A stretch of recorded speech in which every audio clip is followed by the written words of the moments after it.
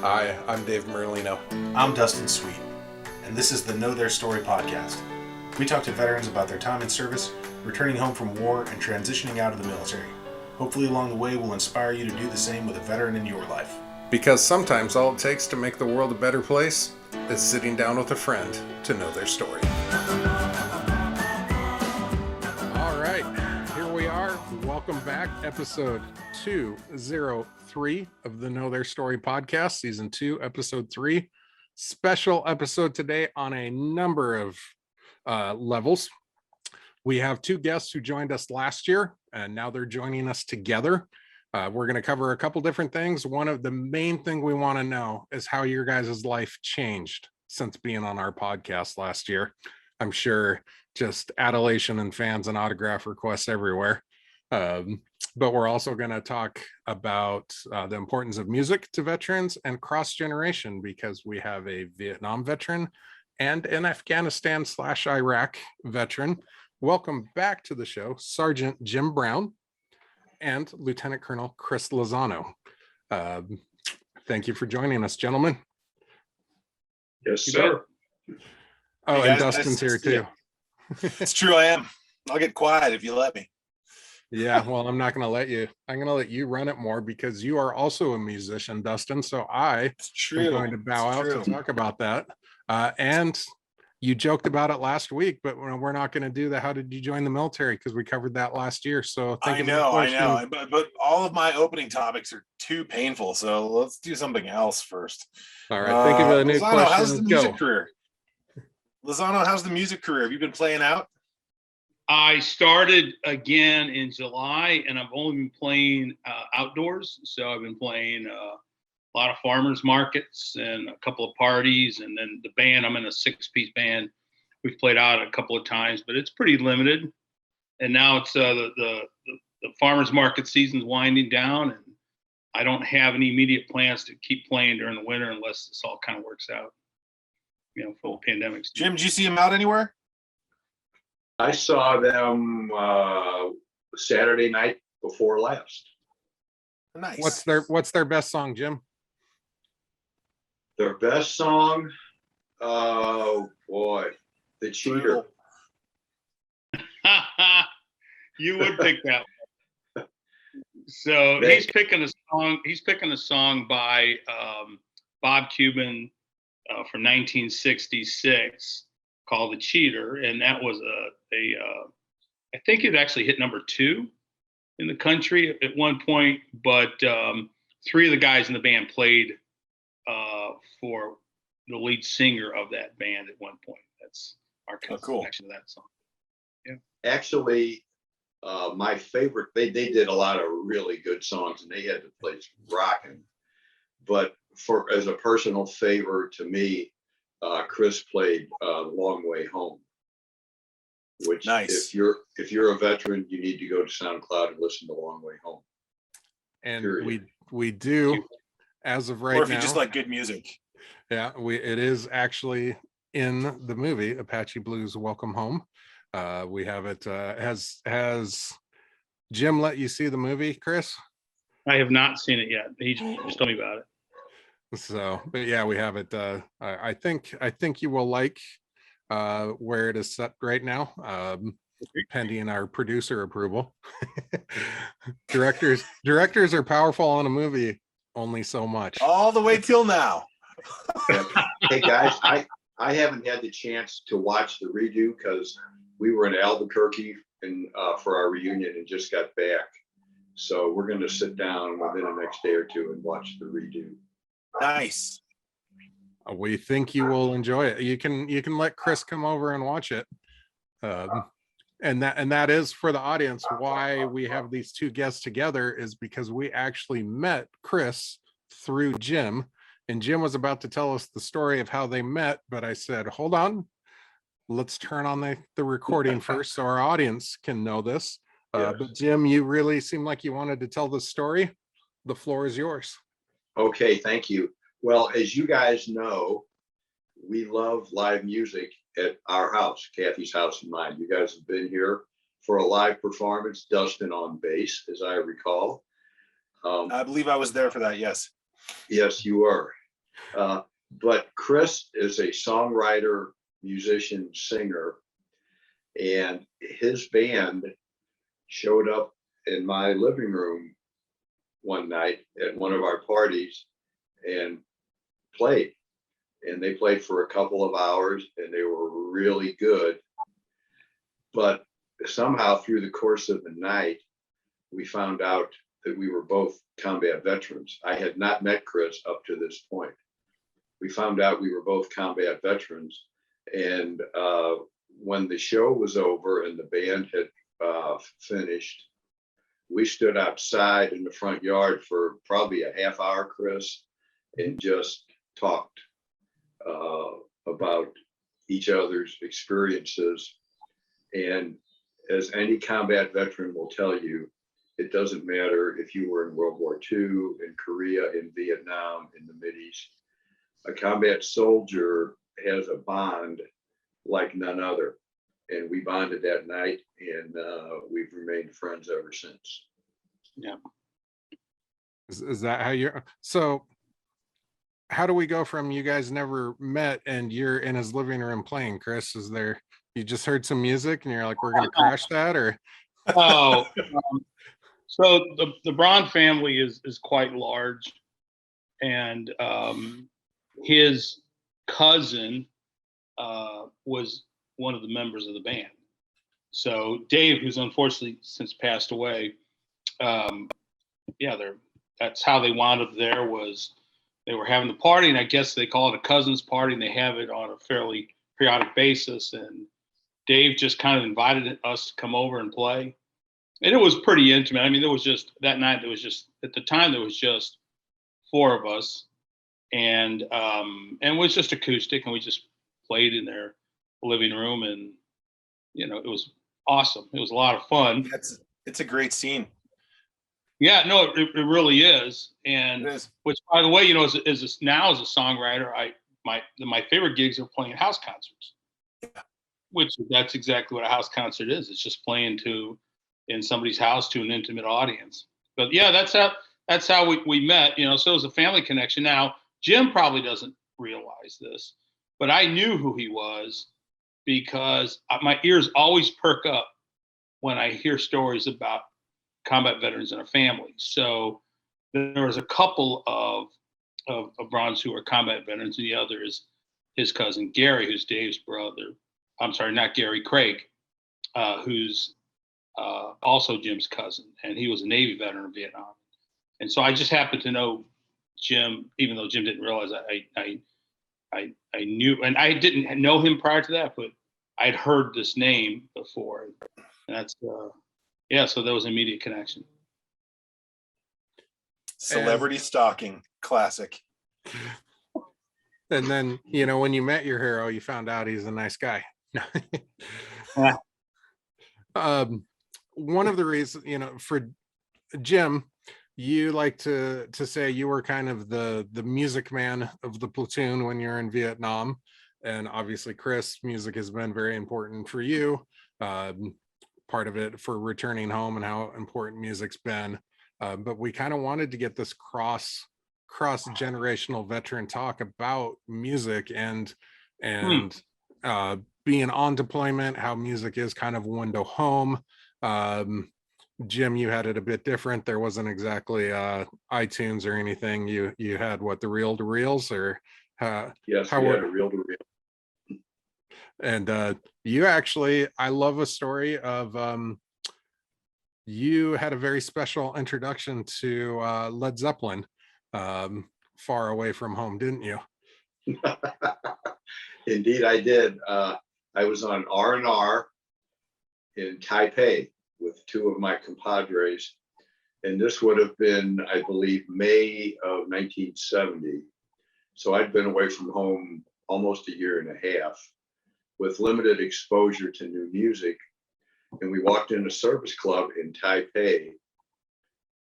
And what did I hear coming out of a jukebox but this song called Whole Lot of Love by this group called Led Zeppelin. And I listened to that and I said to myself, holy crap, the music scene has changed quite a bit. And I think maybe for the better. Yeah, it That's is. my And story. well, and that's a good segue to being far away from home, whether it's in Vietnam or Iraq or Afghanistan, and to have these little pieces of a home, snippets of home. And music seems to be a universal language that a lot of people can identify with. I mean, Jim, you seem to like me more when you found out that my iPod has almost the same songs that yours does. And you let me talk more then. um, for you, Chris, is it, as that experience, like when you were deployed, was music kind of that same feeling? Yeah, no, absolutely. It was, obviously, my non-war experiences, have always included music, even when I was deployed, or even whenever, ever since I joined the Marine Corps, I always had a Walkman, a cassette player, a CD player, something. But very specifically, I was getting ready for the invasion, and one day a box showed up, and I opened this thing, and it had a small brick about this big. It was about that big, and it was about half-inch thick, and it was an iPod. And my brother had sent me. My brother, who's a total tech geek, had sent me this thing called an iPod. I had no idea what it was, and it had the wheel, and you had to spin the wheel around. And I was like, wow, this is amazing. And all these, he'd loaded 10,000 songs on it. And of course, trying to keep sand out of that thing was interesting. So I actually wound up putting it in a plastic bag. And he still has it. I brought it back for me from Iraq in 2003 and gave it back to him. He's kept it as a souvenir. But the soundtrack, it was, in order to decompress on a daily basis, I'd put those in at night, when I was finally going to sleep, and listen and just take myself somewhere else. And oftentimes it was done to the drum beat of artillery fire and rocket fire and helicopters and generators and the ground rumble and things like that. But it brought me a level of calmness and peace that I needed in that very moment. So it was absolutely essential. And for you, Jim, you guys played music on the helicopter on your way out, didn't you? Or did you sing it? You were singing songs. You've told me Yeah, about a couple you guys would sing. That was strictly our vocals. Yeah. No Apocalypse Now with the speakers on the side of the helicopter? No Robert Duvall, no Apocalypse Now, no. But Yeah, the singing, go ahead. Our two favorite songs to sing were And When I Die, Blood, Sweat and Tears, and Only the Strong Survive, Jerry Butler. That's where our signature songs. Did they change for going out and coming back, or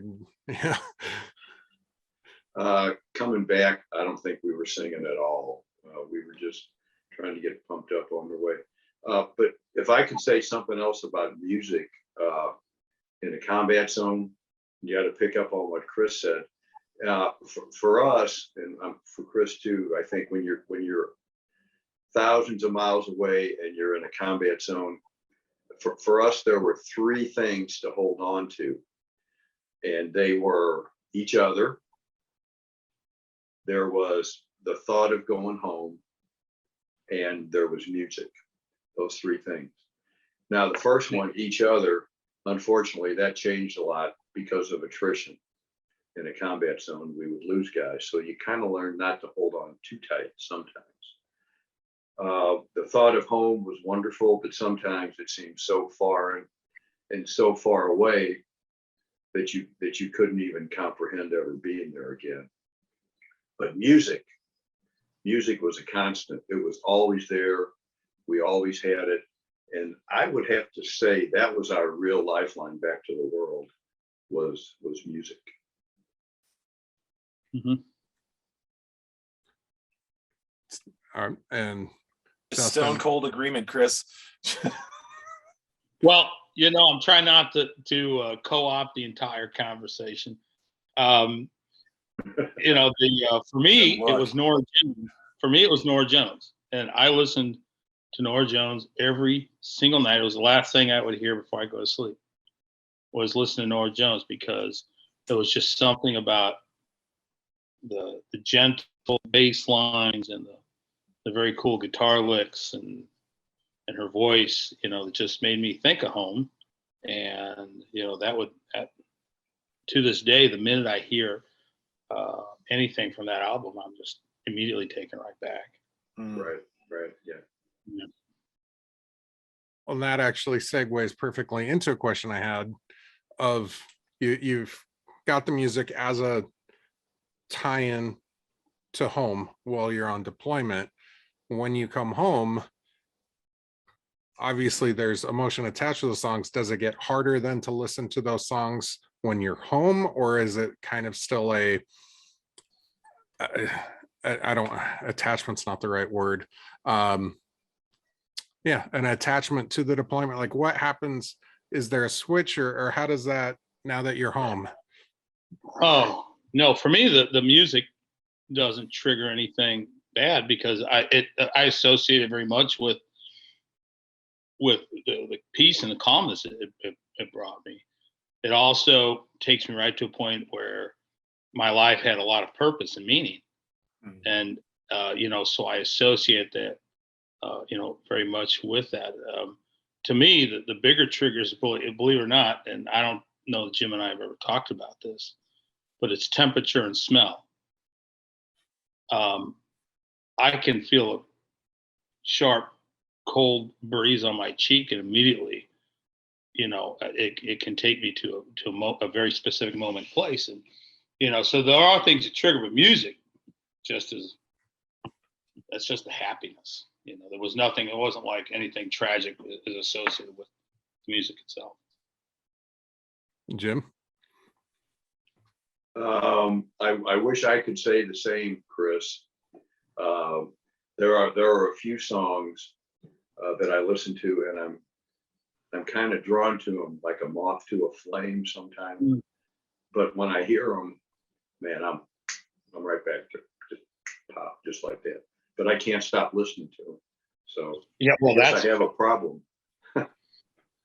No, you don't have a problem. You have an emotional attachment to them, and it's a very important part of how you process things.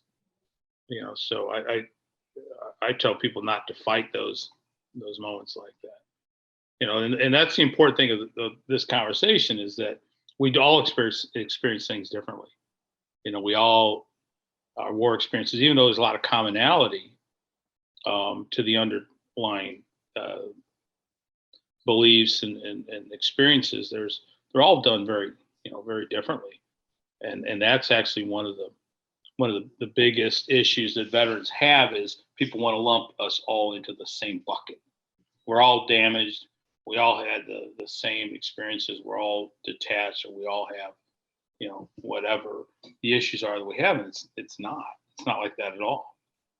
So what he's speaking is very important truth, which is, he and I experience things differently on that level. And in terms of those songs, Jim, is it because of you heard them at a specific time that something happened, or is it just so tied to the emotional experience that it just brings you back to the overall feeling of Vietnam, or how is that for you? Yeah. Well, I think it's more a specific time, specific incident, because my best friend over there used to love to sing those two songs going out every time we had a combat assault. And of course, we lost him on December 5th, 1969. So it kind of puts me right back in that same place. Yeah. So is it fair to say then you can't stop listening? I don't want to get into it. I'm not a professional, because it helps you feel close to Tim? I don't. And you can stop me if I've gone too far. First of all, they're great songs. I love them both. They're really great songs and really well done songs. I guess maybe it is a way to keep that attachment going on some level. Yeah, maybe it is. Maybe you just solved it for me. Well, I was gonna say I have Way a to go, connection. Dr. Dave. Well, I not so much from a doctor standpoint, but from I have a specific connection to 2 Rolling Stone songs connected to my dad's death. The last song that was playing on his iPod, and this is creepy, and I'm going to admit this, on his way home, because he had an aortic dissection and just gone, like said hi to my stepmom, went to the kitchen, gone. The last song on his iPod was Midnight Rambler by the Rolling Stones. And my stepmom said when the paramedics started working on him, his clock radio in the bedroom started playing the radio, and it was "You Can't Always Get What You Want" by the Rolling Stones, his most favorite band in the entire world. So that's what started playing when the paramedics started working on him. Also super creepy. But those songs come on, I can't help but think of the night he died and my dad, but I also can't stop listening to them because they're great songs and I feel connected to my dad. So I lean towards the second one and take solace in that. So they're same thing, Dave. I believe it speaks the same thing. Dustin, we've left you out of this, Mr. Musician. Sorry. I'm not haunted by any songs, guys. I'm good. I don't have the attachment except to a kid's lullaby, which I have to sing to my kids every night. So, well, next time we go on an 8,000-mile road trip, I will play the same song for every mile of it. You already did that.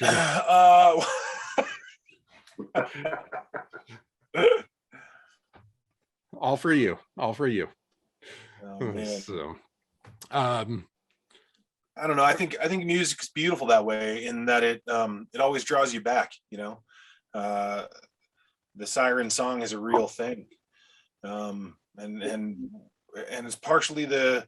I think songs are good because they bring up emotions, and because they have that process, and so that process of bringing emotions out, and yeah, I think you're both on the same. You're both on the same thing. It's a good song, so you keep listening because it gives you the good emotions of the memory. But then also there's bad memories, and it just kind of files in a loop, and that's what makes it good. Right. There's sort of 2 theories of the emotionalism of music, and one is you listen to music to elevate your mood or to change your mood to a specific thing, and then the other is the opposite, which is your music you select reflects the mood you're in. Right. You know, and for me as a songwriter, the whole reason why I write what I write is to give my emotions a place to live other than my head. And then I can visit them and I can observe them and I can experience them, but in a different way than in this internal struggle. So I think for a lot of us, that's really what music does, is it allows us to experience things, but in a level of distance, or in a framework that is neat and tidy, and you can turn it off and, Well, there's a definitive end, right? Yeah, that's like, yeah, it's over. You turn the lights on, or you can play AC/DC and completely change your mood. They've played the different variation of the same song for 50 years, and it's an awesome song. That is it. Yes. But that actually then comes into, since this podcast is about veterans, helping veterans, and for us not being veterans to be able to bridge a gap, music is a way to bridge a gap, but also speaking to other veterans who maybe haven't embraced music, or like you said, Jim, has a connection to something. What advice would you give to veterans in terms of maybe using music as an avenue to again, not being a doctor, so I'm going to throw out a lot of words so I don't use the wrong one, coping, accepting, transitioning? Yeah, that should be good. But Well, that's a good question. I think everybody has different musical tastes, of course, and everybody, as Chris said, everybody has different buttons to push, and music is different for everybody. But I personally can't believe that there isn't some type of music out there for everyone. And it is a way to, I guess, vicariously live and either relive a situation, be it good or bad. If it's bad, maybe you need to get it out. If it's good, like Nora Jones, who's a great choice, then it's great to go back and relive it. But I think music, there's probably music out there for just about everybody, if they'll look for it. And Chris, we've talked about you're a songwriter, you're playing shows, and we talked about Long Way Home, which is written about experiences as a veteran, and you have multiple songs from that respect. Where could speaking of your experience, but also I think it would speak to a lot of other veterans, where could people find that music? I'm sure you have it out there. Oh, well, they can go to my SoundCloud page, which is, I think it's still the Singing Marine. Facebook, it's Chris. This is my new stage name, Colonel Chris and the Claymores, because I had to pick a violent name. So my wife's like, "What does that mean?" I was like, "I don't worry about it." So you're covered if you bomb. Yeah. So yeah, no, and I am back working on the new CD, which had to take a hiatus because of the pandemic, and we're in pre-production right now, working with a producer and working through the very mundane technical aspects of getting ready to finish his recordings, and should have a full CD out sometime this winter. Cool. Or you can just call me and say, "Hey, can you play me a song?" And I'll probably just do it over the phone, or you can. I'll put your phone number at the bottom of this podcast, and then we'll just have randos calling you. It'll be great. You're gonna really love this. You're not gonna regret this at all. That's what I do. 24 hours a day, 7 days a week. Call Colonel Chris. Yeah. Hey, Chris. Hey, Colonel, play me a song. Chris, that name is awesome. Colonel Chris and the Claymores. That is friggin' awesome. I used to be Chris and the Players to be named later because I'm a baseball guy, and but that was just too wordy. So a friend of mine started calling me Colonel Chris. I'm like, Colonel Chris, and I was like, okay, the Claymores, because who doesn't love a good Claymore? And your tagline could be, "This band is the bomb." Oh, right now my working title for my CD is "Free and Totally Worth It." Better than free and you get what you pay for. Yeah. And might I say, I don't think you're the first husband ever when a wife asks, "What is this?" and you replied, "Oh, don't worry about it." Yeah, no. My wife goes. Of course, my wife is very supportive. She goes, "That's a dumb name." So. Yeah, I know the feeling. Honesty's good until it hurts. She's looking at a different demographic. Yeah, she doesn't worry about whether it hurts. She's just gonna sling it. That's a good teammate. Speaking of teammates, I'm gonna segue this way. Last week we watched operations in Afghanistan shut down. You both have been out here in the civilian population with us for longer than many of the men and women affected by that. What are your 1 week later hot takeaways about returning back to civilian life? Okay, so the question's about returning to civilian life. Yeah. The question's like regardless of how we ended up there, the piece moving forward that I'm interested in is how do we rotate back into being people in the world? Oh wow! So I remember this one very small snippet of experience from my first time the first time I returned from Iraq. So this would have been no, maybe it was Afghanistan. It would have been sometime in the fall of 2002, prior to the invasion. And I went to a McDonald's with one of my kids who was then very small, and there was some guy having a meltdown about his breakfast just wasn't ready fast enough.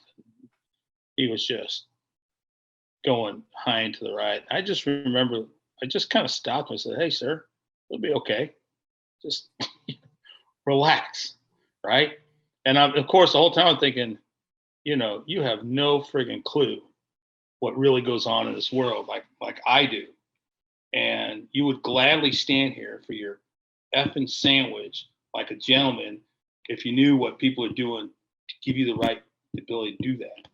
So I just try to calm down, And the biggest challenge in reacclimatizing is the fact that life becomes much more mundane. You lack the daily sense of purpose. Everything slows down.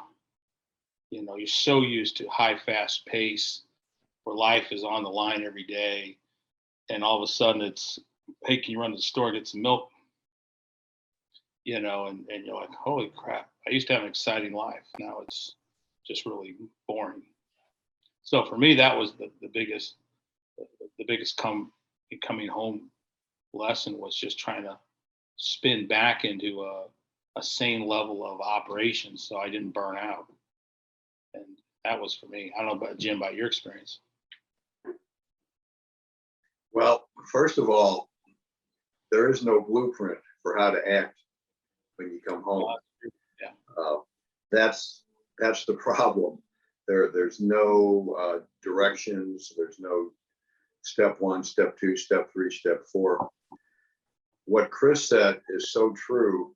One of the things you discover when you get back is that things out in the everyday world that people attach importance to, like the guy in McDonald's, or waiting in line in the grocery store or a traffic jam, they do not mean a damn thing. Their level of importance is so low in a priority of a returning veteran that they don't even register on our scale.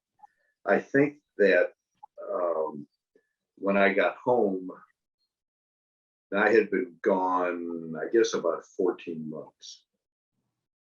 And when I got home, I expected everything to be pretty much the same.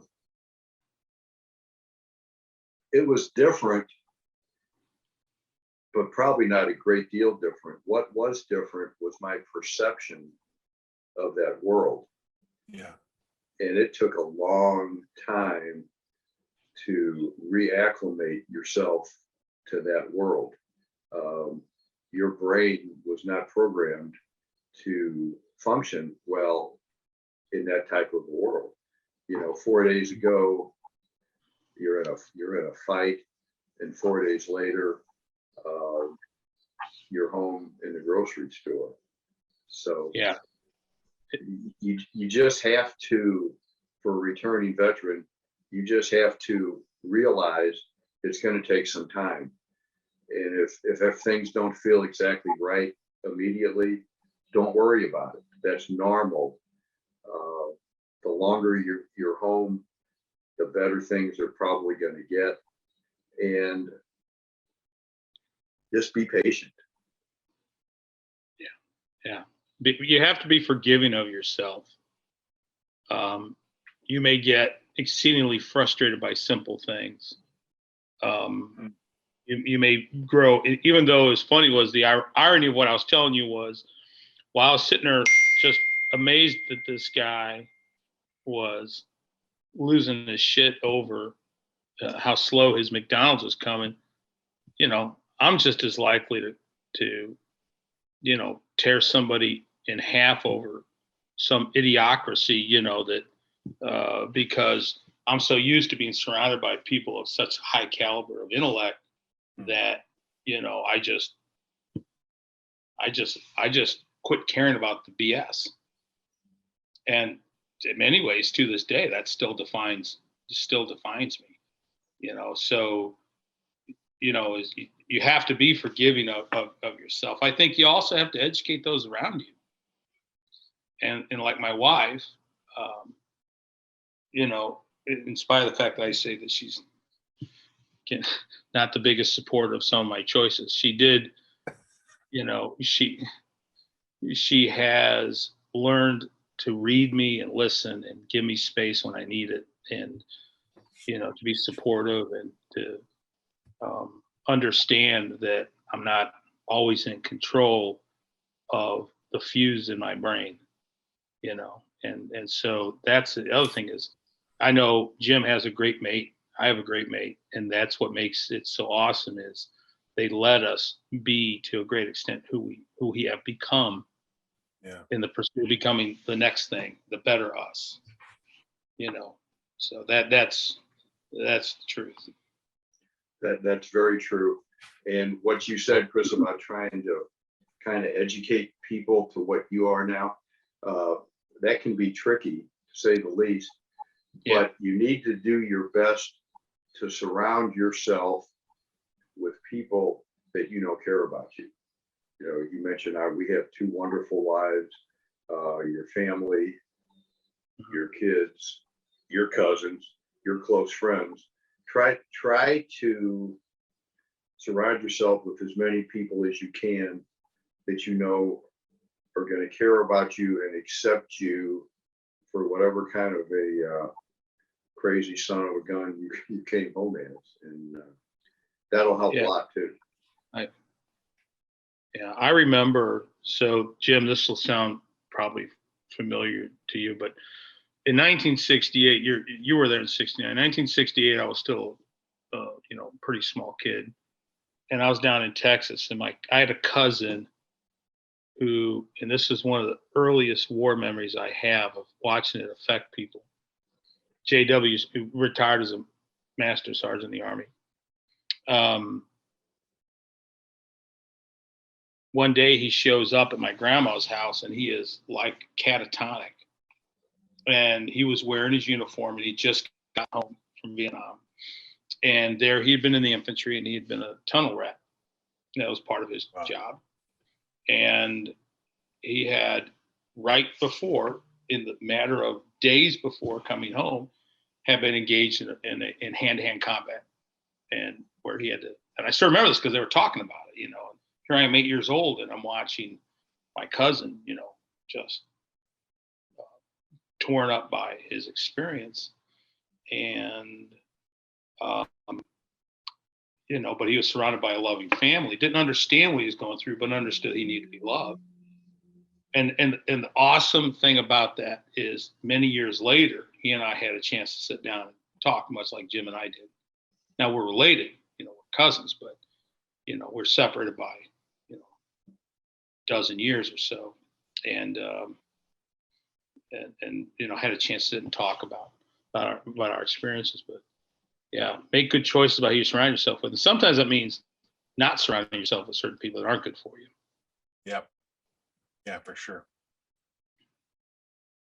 And Dustin alluded to this in terms of what happened last week. We would be remiss, and part of the reason why we're doing this is we have a Vietnam veteran and an Afghanistan veteran, and I'm sure we've all seen the viral image now of the Chinook helicopter landing on the Saigon embassy and the Chinook helicopter landing on the embassy in Kabul.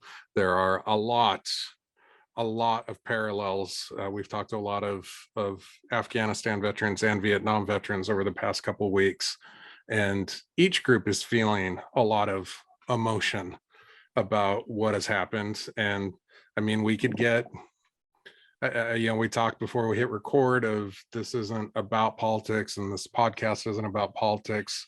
Some of the stuff we discuss have to skirt the edge of that because political decisions are affecting how veterans feel right now. But we could talk forever about the decision to abandon air bases and elevated positions, and decisions were made. They've been made. It's happened. What we're more interested in is the feeling of veterans of what happened. You see it on the internet, and a little bit's gotten out, but I don't think I have yet to see an in-depth conversation with Vietnam vets and Afghanistan vets. But also, I was reading an article last week about, as a civilian, as a non-veteran, how we can talk to veterans about, it's a very charged thing, obviously. And I just don't want to rush in like a bull in a china shop and be like, hey, so that was pretty messed up, huh? How do you feel? How can these conversations be had? But before we get to that, I will defer to Vietnam came first. As a Vietnam veteran, Jim, and your feelings about how that war ended, and whether or not it was even worth. We've had these conversations. What did your friend Tim McCrite's death accomplish if we're just gonna leave and turn it all back over? Kind of sounds familiar of what happened this last week. Your feelings then, and with what happened in Afghanistan and those images looking so much like Vietnam, has this dredged up or brought forth feelings for you these last couple of weeks? How has it been? Oh, hell yes. Pardon my language. Oh, I know you could say worse, so thank you. I don't have an answer as how to deal with it, except with it's incomprehensible to me. It was then in Vietnam, Dave. Anybody I think who was there paying attention could have told you that as soon as we pulled the rug out from under the South Vietnamese army and the people, it was going to be just a matter of months, weeks, days until they overran the entire country, which is just what happened. We should have anticipated that way better than we did. We didn't. It was a fiasco. And it keeps dredging up the same question that you touched on. Why in the world did we commit all that time, all that money, all those lives, 58,000 plus, just to give it back?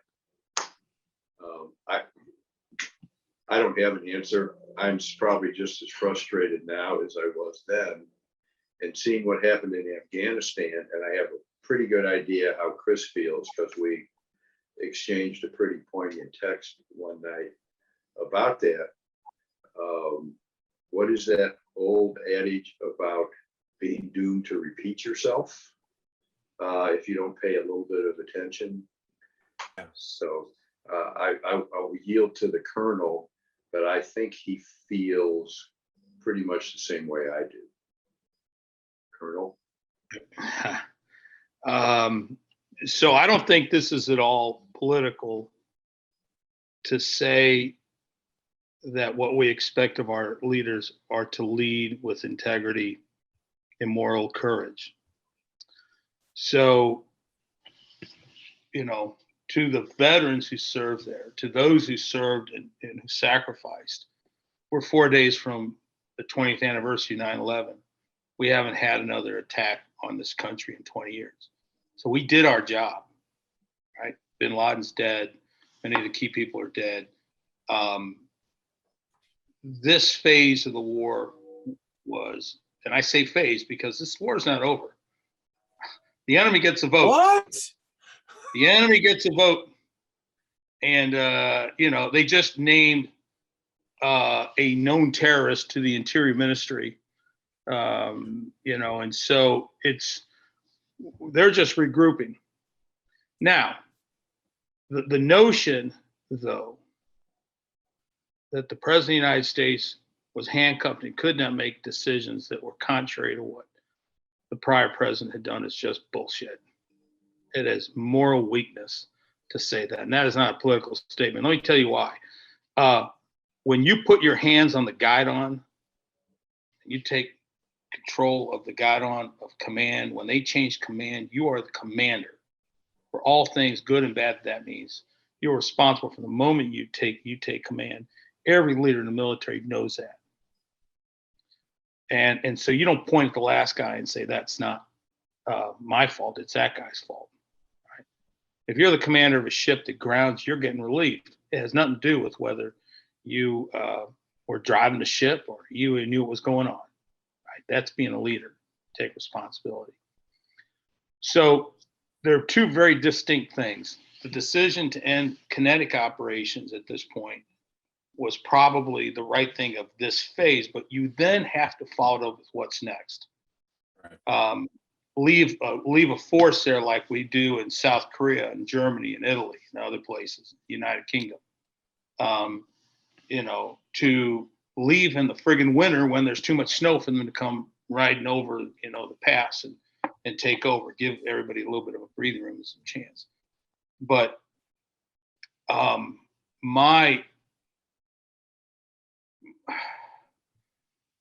frustration, my betrayal was not in the decision. It was in the lack of honor that was thrust upon us in that moment. That we who have borne the burden of this fight were not allowed to leave the field of battle with honor. And to me, that's not a political statement. And that is just about what our DNA is comprised of. And and we could have had a different ending to that story, and we didn't. And now we're going to live the repercussions of that. But mostly, what chaps my ass is just that the dishonor that was smeared upon us for no apparent reason, other than the lack of moral courage to do what was right. All right. So what Jim alluded to, and I'll share this with you, because I didn't know how to process all this. I mean, people were bombarding me. I did a couple of radio interviews and things like that. Was one day I just took a cigar and I went and sat in the backyard, and I just sit by myself and just kind of mulling over all this and thinking about my friends who died, thinking about riding with a young Norwegian soldier just had half his face blown off, and knowing that his life was changed forever, and to know that this was now the memory that everybody has, is this present memory, took down that. Just it filled me really with, I guess maybe rage is the right word, but it was, again, it could have been Donald Trump would have effed this thing up just as bad. This set me, I was sitting there with my cigar and I just broke down. I just started weeping, and I couldn't even describe why, but it was a combination of all the things that we went through as a country to get there, all the things we're going to go through because of this, and then all the things it cost me, because people have no idea what it cost me personally, and I don't share that with anybody because, quite frankly, it's not important to me to do that. But it was a very bitter moment for me. I was texting Jim, talking to him about it, because I can do that. And a lot of times I don't talk about myself, and but that was a moment where I needed to. And you brought up an interesting point. Intellectually, when you mentioned it, it made sense to me, but I hadn't really thought about it, as someone who came home, who left on your terms. And Jim, you came home before Vietnam was done, and you came home on your terms. We're not in Afghanistan. I've thought about, obviously thought about the people who were on the ground hustling people into the planes with no leadership, and hustling out in the middle of the night. I totally, intellectually could see that is not the exit that they wanted, that they were physically making. But even as veterans, and I'm going to open this up to both of you because it is the same experience for both of you, separated by 50 years.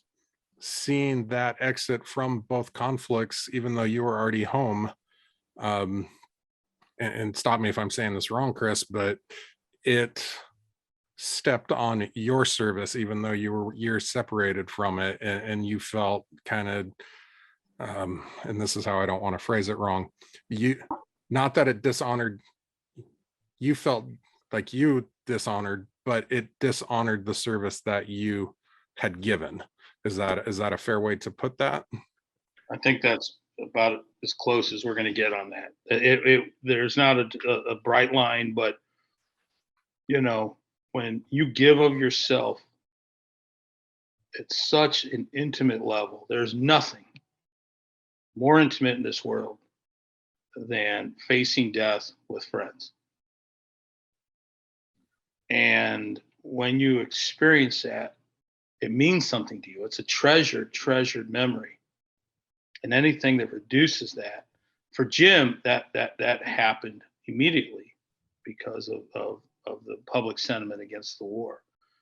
For me, and even though the support is not nearly as universal as some people might think, but the minute I saw that, it just sunk my heart, because I was so proud. I still am so proud of what we did, and to take that down with such lack of thought. It's such a flip attitude about the whole thing.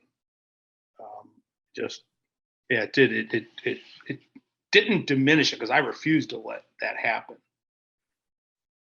But it was like getting ejected at the end of the game. It's that you just won. It's just not. It's a little bit. It was a letdown to the whole thing. How about for you, Jim? Well, I remember sitting in front of my TV, April 30th, 1975, watching Walter Cronkite on his special, and the whole thing was about the end of the Vietnam War, and it went back and it relived the war kind of from the beginning all the way through the end. It was pretty well done, I guess. But I sat there watching this, and then they would cut back to a live scene or a more recent scene when people were pouring out of the country and trying to cling on to the helicopters and that. And as I watched this, I kept doing, I found myself starting to do a mental inventory of how many people I put into body bags. Yeah. And after a while, this sounds horrible, I lost count. And I thought of them, and I thought of the ones that I knew personally. I thought of the ones that I didn't know, but a lot of other people knew them, so it didn't make it any easier. And I guess I agree with Chris that I refuse to let that dishonor me or dishonor what we did, because believe me, the way we fought our war, we won our war. Yeah. We kicked a lot of ass out there in the jungle, and we won our war. Yes. Now, eventually, they handed it back to them. And Dave, I'm really having a hard time with this, because all I feel is an overwhelming sense to this day, and I will till I die, of frustration. Total, utter frustration. And sometimes it makes me still want to go do stupid shit. But luckily I have a great wife and great friends, and I got another friend on this podcast with us now, and I can get by that. But I'll never get over it. And when I saw what happened in Afghanistan, oh my God, my heart went out to those people. My heart goes out to Chris, because how can we be so effing stupid? Is that political? This is a question. No, How can we absolutely be not. so stupid? It's not political. That's an honest, very honest statement. And look, war is an arm of politics. War doesn't exist in itself. It exists to serve a political ends. And so, there's never, not many times we get a World War II ending, hey, big atomic bomb war is over. All right. War's never neat. And there's a lot of ambiguity to it. All right. But what should never change, what this country's always stood for, is moral courage. And I think at the heart of it is the anxiety that I have, and I think it's probably shared by others, that we're losing that. And so that sense of diminishment carries with it greater concerns, which is where are we actually heading as a country. I don't need people to say thank you to me to know that I did my job well. The people that know me well know I did my job well. The people I care about know I did my job well. It doesn't diminish my sense of self-worth. I worry about what this means for our country, that we're more concerned about passing a $3 trillion infrastructure bill, than we are about how we exit the world stage. Because I'm telling you, this isn't the end. It's now we're just in the next phase. This war is a 100-year war. The enemy, it's a vote, and they are going to vote decisively. We're going to be back there in some form, not just in Afghanistan, but in the global battle that this is. And we just have to accept and understand that this is nowhere close to being done. Very true. Dustin? Would you hold with the argument that it's actually the same war, both Vietnam and Afghanistan? In what way? Politically, in the capitalism versus everything else way. Well, all right. So again, if you follow the very basic geopolitical principle that war does not exist on its own right, it serves a political purpose. Yes, absolutely. Yeah. It's the same war. If you really want to be more specific, nation building is a horrible use of American money. These people are barely beyond Stone Age, and to waste our money and resources to try to nation build is really was the big political mistake that we made. Controlling the environment to reduce a threat against the U.S. Absolutely great use.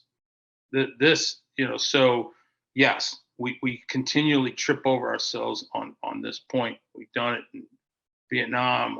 We did it to a great extent, although less traumatic in Iraq, and certainly in Afghanistan. Nation building is always a poor equation from a political standpoint. It's just going to yield the same result. You're not going to see a bunch of Afghanis adopt Jeffersonian democracy. So why try? To me, we should just arm them more so they can, keep each other busy for the next sort themselves out, right? Yeah. We kind of just did. Well, all right. So if Lazano was president, we would be giving them all intel, arms, and air support, and and they let them go at it for just like Iran and Iraq did. Let them go at it for a long time. That'll keep them busy. Wow. Well, and when this came, when this first started happening, I mean, I immediately thought of all the vets who are in the movie, Jim. How you guys must have felt, and Dustin and I have been invited to join a lot of, like, I'm in the Vietnam helicopter group on Facebook, and all the other veterans that we've made. I immediately thought of you, Chris, from having served there. And don't get mad at me when I say this, Jim. I mean, I was 1 year old when Saigon fell, but I felt, just from all of the association, Dustin and I have had, having been in your living room, shared your table, everything we've shared with you guys, I felt angry.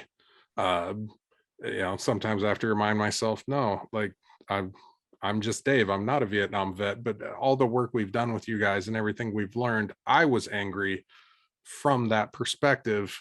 And I kind of wanted to call you guys, but then, like I said earlier, how do you call? Like, hey, isn't that messed up? How, like, but I felt like I wanted to. And I think a lot of family members, friends are having that same kind of feeling. They want to talk to the veterans they know that are touched by this, both Vietnam and Afghanistan.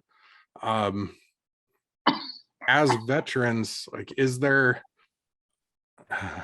this is going to be so open-ended, is there a way for them to approach or to start that talk, or not? Maybe, like, what advice do you have? Jim? Well, first of all, I'll back up a little bit, and this isn't really addressing your question, but everybody knows what happened over there. It's no secret. We just finished our Apache Troop reunion, and the focal point of that is our memorial service, where we have 110 guys from Apache Troop on the wall. We read each one of their names, give them a little moment. And we added the last 13 people who were killed in Afghanistan as well this year. And we read those names off. So we were able to talk about it among ourselves, but we were also able to talk about it with the other people that were there, the spouses, a few of the kids and things like that. And they kind of approached it as, boy, this is just like Vietnam, isn't it? And yes, it is.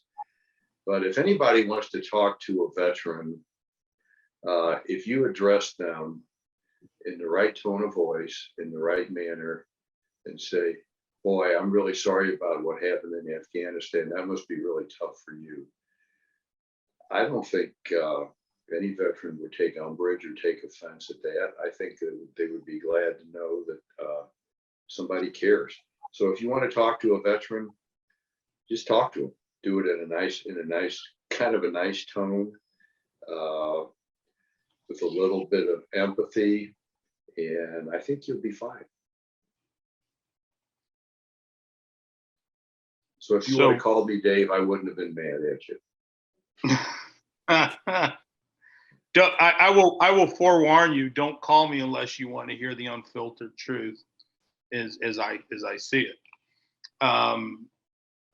But you're right, there should never be a reason why anything should be off limits. If I don't want to talk about something, I'm just going to tell you I don't want to talk about it. Now, I'll warn you, don't call me and expect me to agree with everything you say, because you'll be disappointed there too. The biggest problem that I am having processing right now is just the sheer stupidity of the actions that were done from a military tactical standpoint. I absolutely agree, Chris. That's it. It's like, holy crap.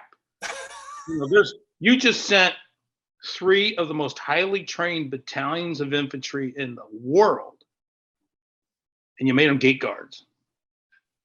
And instead of empowering them to complete a mission, which is a withdrawal under fire, which is okay. It's a tactic. The prototypical one from my standpoint, from Marine standpoint, is the retreat from the Chosin Reservoir. And, they First Marine Division battled its way from the Chosin Reservoir down to Hungnam Harbor and in Korea. And, there's a way to do it. And, having everybody a target, it was ridiculous. There was just so much better way to do it. That's the thing I'm having a hard time with. And then to hear the nonsense coming out of the president's mouth, about he didn't have any choice. There's nobody out there that believes that. All right. And the biggest problem that we have is that we all know the truth, right? Here's one of the untold truths of this whole debacle. There is not a military commander out there, not one, that ever said Afghanistan could take care of itself in the future. We were never that. That's not in our nature to say that. We knew there was going to be a struggle. We knew that it was unlikely because of the tribal nature of their nation, their lack of national history, their divisions, their cultural behavior, all those things are reasons why. But nobody wanted to listen. Again, we're servants to the political leadership. We're not making political decisions. But then we thought we had a pretty good way out, and then they just effed it all up. It's like punting on third down. It's just like, what was that? It was just dumb. Yeah. Well, and I do want to give a shout out because it is veterans who have taken the lead, like literally taken the lead. If any of our listeners have not heard of Operation Pineapple Express, that was veterans of the conflict who went over on their own and walked thousands of Afghanis who, the translators and the people who had worked with us, who we'd made promises to in the thick of the night, 2 to 3 at a time, walked them through the back fence of the base in Kabul and got them on planes. That was veterans taking the lead, and that's kind of what's been going on over there, and a huge tip of the hat to that. Yeah. So here's the other thing that really chafes a lot of Americans, veterans, is the notion of leaving Americans there in that country. That's such a deeply personal affront to me that I wouldn't even know. I don't even know how to process that. I think we're all struggling with that, Chris. That's what I'm saying. It's just overwhelming. Yeah. Well, I am friends with a Marine who was at Battle of Koh Tang Island, one of the last battle of the Vietnam War, and he, to this day, if he starts crying bitterly about the fact that they had to leave 4 dead Marines on the beach when they had spilled out because they were in such peril that they were not able to recover 4. And it was just such an unthinkable, unfathomable action that to this day he can't wrap his head around. 50 years later, almost. And that's what we're all dealing with. I think a lot of us are dealing with is just that we have Americans still sitting over there on a plane on a tarmac. I go back right now. They would let me, because that's how what an abomination that whole thing is. Is that your dog I hear in the background, Jim? It's both of them. We love dogs here, so don't be afraid if they pop up. It's internet gold. So, Dustin, what you got? Well, I answered that. That was my question. That was my out, David. That's me for the day. Yeah, I mean, this is the topics that I had in my mind and how we covered them. Like I said, we just have a conversation, but we always want to open the floor up to our guests, Jim or Chris. Free form any topic that you wanted to cover that we think we didn't cover. The floor is all yours. Well, first of all, one of the reasons I really like Chris is, he was a colonel and I was a lowly sergeant, and he's never once asked me to salute him, at least not to this point. Well, first of all, the Army does city salute, so I'd never ask you to salute me. But I don't know how. All right, so I got to tell a funny Army salute story. So of course, Marine and Army's very different culture. Obviously, a lot of mutual respect for each other, but just different cultures, and because of that, there can be clashes. And I was in Camp Doha in Kuwait, and this is after I came back from Afghanistan and before I deployed back to the States. And it was considered it was not a combat base in Kuwait, so there was a saluting area. Now, of course, it was a smaller base, so you're kind of on top of each other a little bit, and it can make it really inconvenient. But if I'm in uniform, I render appropriate military courtesies and I expect them to be returned. So one day I'm walking towards the chow hall, and I see this rather chubby soldier walking towards me, and he's carrying an ice cream cone, and he's licking his ice cream cone walking out of the chow hall. Now, first of all, that was about to set me off. And, because, you just don't walk and eat food at the same time in uniform, at least not in the Marine Corps. And so I'm like, okay, just kind of, bite your tongue. And he comes to salute me, and I kid you not, he saluted me while licking his ice cream cone. Like this, and he goes like this while he's licking his ice cream cone. And I stopped, and I just started laughing. I literally started laughing because I didn't know how else to react to that. But no, Jim, I would never make you salute me. I am too old and retired, and I've been saluted enough in my career. You weren't like in We Were Soldiers when he saluted like that? Well, now you're a weatherman. No. Yeah. Well, in battle, you don't salute one another. You courtesies are only for garrison like that. The truth about saluting is that it's a sign of mutual respect. It's not you respect me; it's we respect each other, and that's why it is such an important courtesy given and returned. Because it's a mutual respect. So in the Marine Corps, Army's different, again, different culture. The Marine Corps, the bulk, and I mean the vast majority of decisions are made at the corporal and sergeant level. And I suspect that in Jim's world is very similar, right? NCOs in the field operate autonomously. And so, you have to be you have to be capable of conducting yourselves appropriately.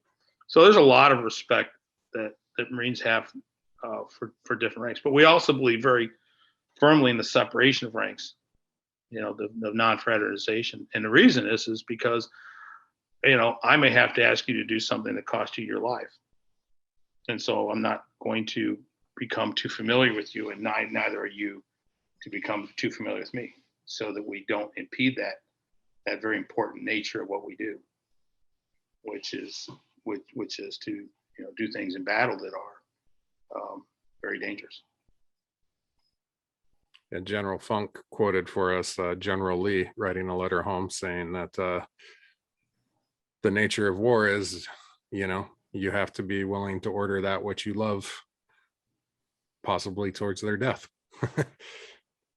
That's right. So the downside of leadership. So Jim, when you stepped up, I thought you were going to come back with your uniform on to salute Chris. Well, I think him and I are past that stage, and I'm really grateful to have him as a friend. We have, I think we've been good for each other, buddy, and we'll continue to be so in the future. We absolutely have. So I tend to like people who are what I perceive as strong as I am or stronger.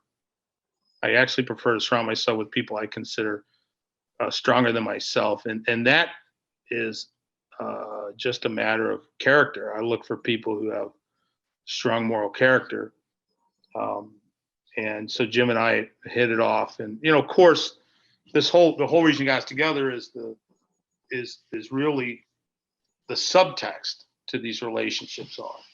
And I grew up in the shadow of World War II. Jim grew up, of course, is a dozen years or so older. How old are you, Jim? 73. All right, so you're 11 years older than me. So he grew up, generationally different age. But my next door neighbor on my left was a B-24 pilot, my neighbor on my right, was a Guadalcanal veteran.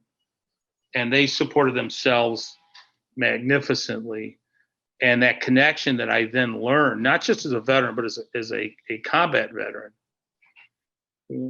was that nod, the head nod of the unsaid, right? When you have faced the unspeakable, you are forever bonded in a long line, unbroken line that serves this country. And that's why this whole discussion of that you hear from us about the hurts of Afghanistan is because we are bound by that. And because we're bound by that, we're also bound by the harm that comes to that. So that was, Jim and I have that connection, and then more often than not, it's the unsaid connection. We don't have to sit there and give war stories to each other. There's a time and place for that, but there's also just the enjoyment of being together.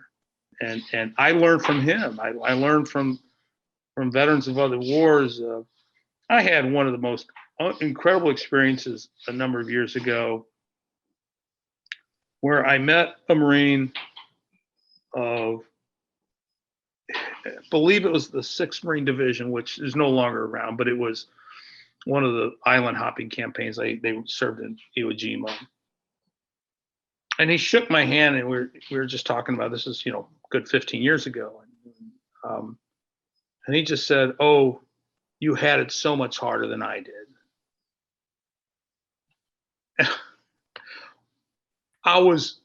What do I say to that? Right? I'm like, oh, no way.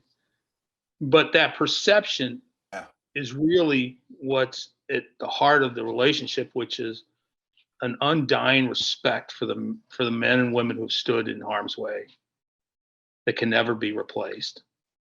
And that's what I have in my friend Jim, is an undying respect. And I know that if Jim called me in the middle of the night and said, "Chris, bring a pistol or bring a shovel," I'd be there in 20 minutes, and that's what we would do for each other, because we've done it. And that's what defines us. That is, to the day we die, what defines us as humans on this planet.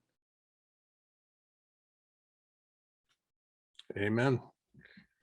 Amen. Well, I think with that is a good wrap up to today's conversation. Again, a shout out for Colonel Chris and the Claymores on Facebook. They are the bomb. But thank you everyone for joining us today, wherever you're listening, whether it be on Apple or Spotify or Podbean, any of our stations on Facebook. Make sure to please give us a like, give us a follow, give us a rating. Talk about these two yahoos, doing this thing. Why can't anyone do it if we can?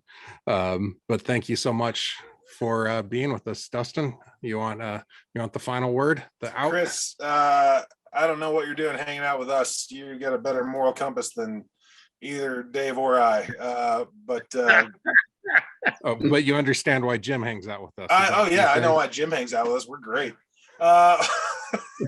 Who was your baseline? Yeah, I'm a good player. Everybody puts up with a guy who can keep time.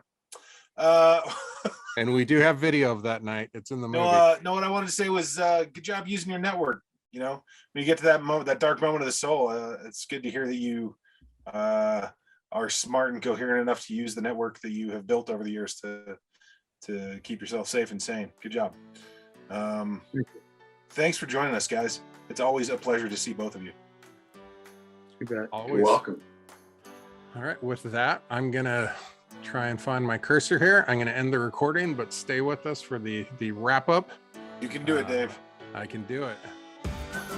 You've been listening to the Know Their Story podcast. If you made it this far, we must be doing something right. Let us know by subscribing to our channel. And think about sitting down with the veterans in your life, because saying thank you for your service should be the beginning of the conversation, not the end.